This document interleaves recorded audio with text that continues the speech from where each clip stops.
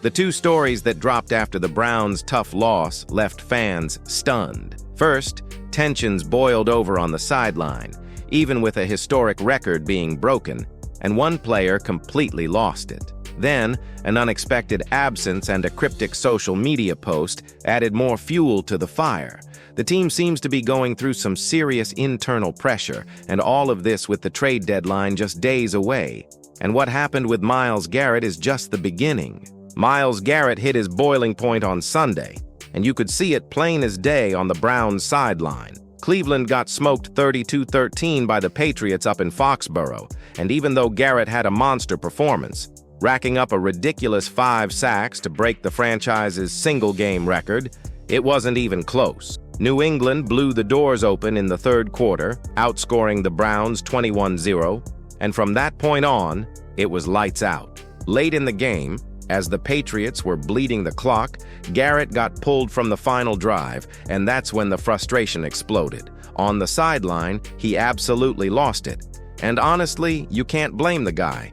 This isn't his first rodeo with Cleveland struggles, and it's clearly starting to wear thin. What's wild is that Garrett did everything you could ask for on the field. Dude now has 10 sacks on the season, marking his 8th straight year hitting double digits, but it still wasn't enough to keep the Browns in it. And that's the real kicker. Even when their best player is setting records, the team is getting steamrolled. That says a lot about where things stand in Cleveland right now.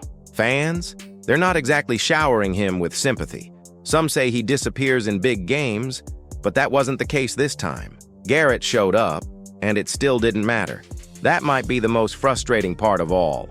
And if you thought that was intense, the situation with Shedeur Sanders just got even weirder. And don't forget to subscribe to keep getting all the latest updates.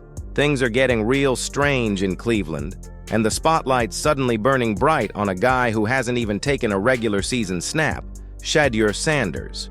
Heading into Week 8, it was already kind of a bizarre situation. Sanders, who had practiced all week and looked completely fine, randomly showed up on the injury report Saturday with back tightness. Then come Sunday, he went through pre-game warm-ups, looked decent enough moving around, and then boom, ruled out. No action against the Patriots. But that's not even the juiciest part. Shortly after the inactives list dropped, Sanders posted a black and white photo to his Instagram showing him with Browns fans. No caption, no explanation, just vibes and mystery.